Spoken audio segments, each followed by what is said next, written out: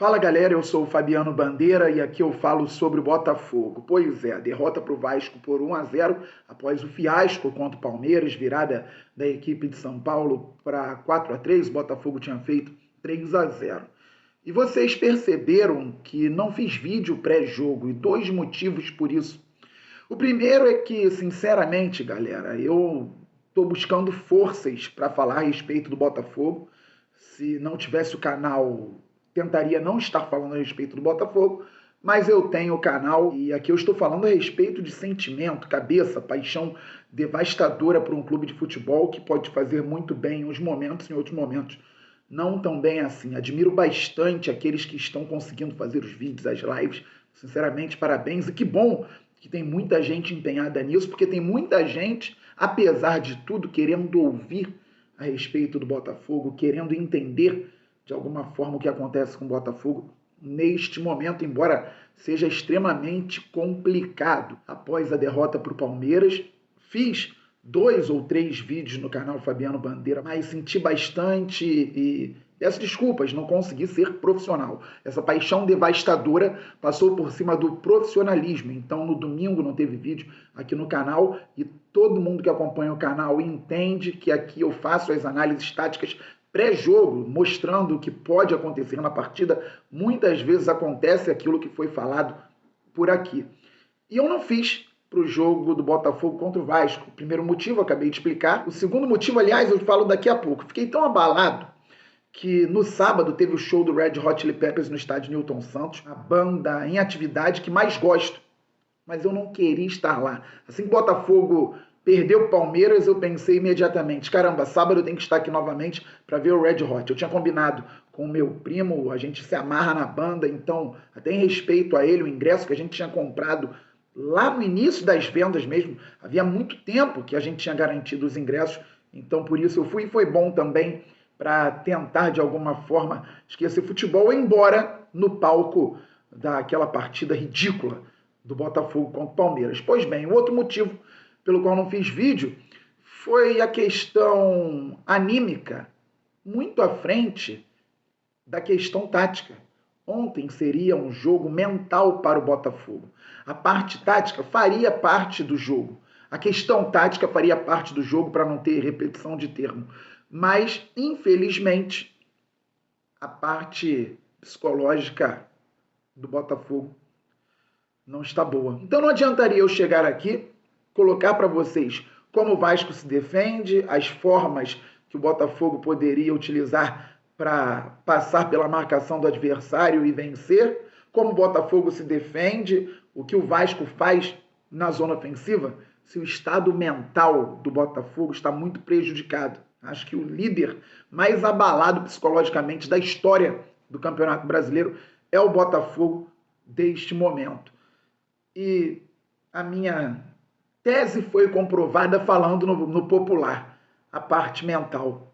Se você vai jogar sendo líder, apesar da última partida, contra um time que precisa vencer para sair da zona do rebaixamento, e o seu ponto forte é a transição rápida, você não pode ouvir o comentarista falar, e a culpa não é dele, tá, gente? Que o Botafogo não está encontrando os espaços que gosta. É claro que não vai encontrar, o comentarista está certo. Por quê? Raciocínio. Não é só estado de ânimo também. Não é só chegar junto ou deixar de chegar junto. Não é só ter mais vontade com o adversário. É pensamento, raciocínio. Para que o Botafogo foi ter a posse de bola no campo ofensivo contra um Vasco, que neste momento se defende muito bem e gosta dessa transição rápida também, só que faz com menos qualidade, porque tem um time menos capaz que o Botafogo, ou pelo menos tinha no primeiro turno. A campanha no segundo turno do Botafogo é tão ruim quanto a do Vasco. Então, para que o Botafogo, líder do campeonato, apesar de tudo, sai para não encontrar espaços e dar espaços ao Vasco? E por isso, o Vitor Sá foi dar um bote bobo por dentro, ele que é um ponta, o zagueiro do Vasco cortou meio que de trivela, a bola chegou ao lateral direito, Paulo Henrique, que fez um grande jogo, no domínio Ele já tirou o Marçal. Vejo o Marçal como um grande jogador, mas está muito mal. O time do Botafogo não teve pré-temporada. Os mais velhos estão sentindo. O Marçal está muito mal. Então a bola chegou ao Paulo Henrique, que no domínio já tirou o Marçal. Ali, com a passagem de um outro jogador do Vasco, o Bastos só poderia ficar no meio do caminho mesmo. Não tinha muito o que fazer. Tinha que fechar 2 corredores. Como fazer isso? Fechar com a perna esquerda um lado e a perna direita outro. Mais um corte, finalização muito bem executada, gol do Vasco, e ali o jogo acabou. Por quê? Se o Botafogo já não tinha espaço, porque resolveu ter a posse de bola no campo ofensivo, com o Vasco brigando para não cair, jogando em São Januário, cheio, a torcida apoiando, ia entregar. Por quê? O Vasco se segurou muito bem. Isso não quer dizer que o Botafogo tenha feito uma pressão, porque não fez. O Botafogo tentava ficar com a bola, perdia, o Vasco tentava sair em transição rápida ou em contra-ataque. O Vasco também tem uma equipe ainda limitada. Tem um treinador bom, que é o Ramon Dias, e jogadores experientes. E vejo a cada rodada um ser mais responsabilizado que outro. E o Botafogo vai perdendo. Contra o Cuiabá, foi a letra do Luiz Henrique. Contra o Palmeiras, o pênalti do Tiquinho. Ontem, muita gente falou sobre o Marçal, que tomou o primeiro drible, mas bastante gente já falando a respeito do Lúcio Flávio. E o Botafogo segue perdendo. E os problemas aí? O Lúcio Flávio foi muito aplaudido, o nome dele foi cantado em uníssono após a vitória por 2-0 sobre o Fluminense. Muita gente gostou da chegada do Lúcio Flávio por conta do pedido dos jogadores. Este elenco tem responsabilidade. O jogador que você mais gosta fez alguma besteira nesse segundo turno. O jogador que você menos gosta também. E olha que ontem um jogador que não é tão querido pela torcida jogou bem. Felipe Sampaio. Aliás, Felipe Sampaio e Danilo Barbosa jogaram muito bem. O Tietê tentou, mas errou muito também em tomada de decisão. Acredita ser o Traoré perto da área. Só que ele, fisicamente, em termos de musculatura, é frágil. Então toma um encontrão e cai. Então tomou decisões erradas. Mas tentou bastante coisa. Mas o jogador que eu mais gosto no Botafogo errou nos últimos jogos. E o que eu menos gosto também errou. E o elenco atual do Botafogo pediu a permanência do Lúcio Flávio como treinador até o final de 2023. Muito se falou do Bruno Lage. Se o Bruno Lage não tivesse colocado o Tiquinho no banco, eu provavelmente teria esperado até um pouco mais para pedir a saída do Bruno Lage. Pedir no bom sentido, porque eu não resolvo nada. Eu estou aqui conversando com a galera que acompanha o canal. Isso é outro ponto também.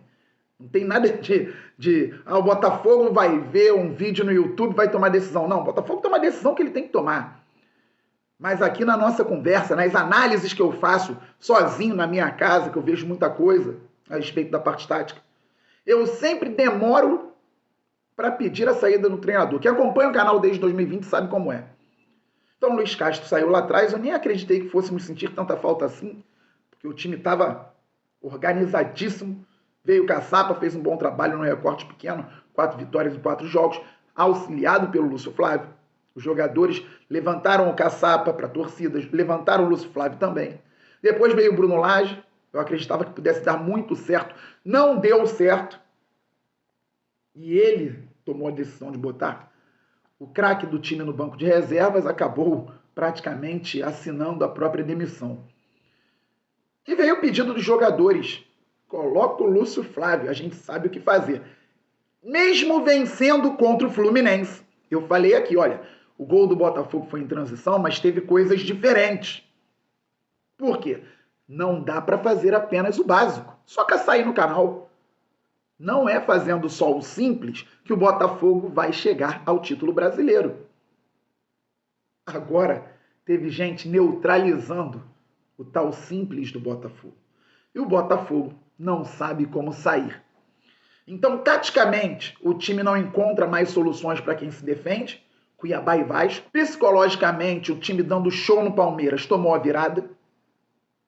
E aí foi jogar arrasado mentalmente contra o Vasco da Gama, perdeu e a gente não sabe o que vai acontecer. Quer dizer, praticamente ninguém mais acredita no título brasileiro do Botafogo. Amanhã, Flamengo e Palmeiras. Se o Flamengo ganhar, vai a 56 pontos.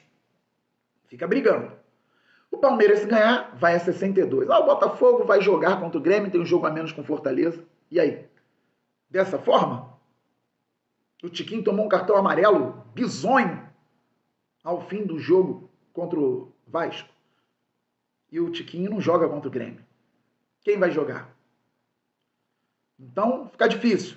E aí o Palmeiras vai a 62 pontos se ganhar o Flamengo. Se empatar, o Palmeiras vai a 60, o Flamengo a 54. E o Bragantino tem 58, um a menos que o Botafogo, fungando no cangote. Domingo tem Botafogo e Bragantino. Aliás, Bragantino e Botafogo, além do próprio Grêmio, que tem 56 e pode empatar com o Botafogo se vencer o glorioso São Januário. O que o time vai fazer? O que o Lúcio Flávio vai fazer também? Vai botar o time lá dentro, porque agora não tem jeito, já perdeu a gordura? Ou vai esperar um time que gosta de jogar, gosta de sair, dá espaço e vai querer entrar nessa brincadeira que o Botafogo reabriu? Qual vai ser a estratégia? Então, a verdade é que todo mundo tem responsabilidade. Os jogadores pediram o Lúcio Flávio e não sustentaram a bronca até aqui. E a torcida está arrasada.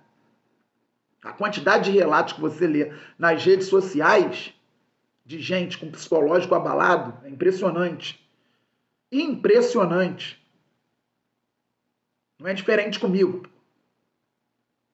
Na última derrota, eu abri o vídeo aqui falando quem quisesse sair do canal podia sair. Nem vou falar mais isso, porque acho que sem falar a galera já está saindo. E eu entendo. Quem não quer mais ouvir falar desse time, eu entendo. Porque o que nós estamos vendo neste campeonato brasileiro é uma das maiores vergonhas da história do futebol. Era difícil suplantar 2020. Conseguiram. Eu nunca senti o que eu estou sentindo com relação ao futebol, com relação ao Botafogo. Eu nunca me machuquei tanto por conta de um time de futebol, por conta do Botafogo. Nunca. E esses caras são responsáveis. Estou falando por mim, tem gente que está pior que eu, tem gente que está melhor que eu. Felizes aqueles que conseguem se desconectar disso com alguma naturalidade, com alguma tranquilidade. Sinceramente. Porque é difícil. E eu vou dar um conselho aqui. Se não te faz bem, em tempos difíceis que estamos vivendo, com relação a essa parte mental, sociedade, tudo, se afasta. Se afasta. Eu amo o Botafogo, eu amo a torcida do Botafogo, que não tem culpa de nada. Às vezes eu vejo umas trocas. Mas parte da torcida fez isso. Foi não sei aonde. Deixou de fazer. A torcida do Botafogo estava encantada com um time que estava praticamente com a mão na taça do Campeonato Brasileiro. A torcida do Botafogo espera isso há muito tempo e estava simplesmente impactada positivamente com um elenco que tinha aberto uma margem maravilhosa de vantagem, que estava levando o Brasileirão com pés nas costas. A torcida do Botafogo não tem culpa. Você pode discordar do seu irmão de camisa por ele pensar de uma forma ou de outra. Você queria que tal técnico saísse, ele queria que tal técnico ficasse. Você queria um outro técnico, ele não. Um gosta do apoio no aeroporto, o outro acha terrível. Mas no final das contas, ninguém é culpado, a não ser aqueles que estão lá dentro todos os dias, treinando num CT lindíssimo, com toda a estrutura que o Botafogo tem hoje, que não tinha no passado, com repositor energético, com tranquilidade para descansar, tranquilidade para trabalhar. Quem tem culpa é quem está lá dentro. Esse time que foi aplaudido e reverenciado por essa torcida maravilhosa, e agora está fazendo isso com a mesma torcida que segue maravilhosa. Não culpe o seu irmão de camisa. O problema é muito pior lá dentro, pela falta de capacidade que esse time está mostrando agora. A qualquer momento eu volto, estamos juntos. Saudações, aquele abraço. Fui.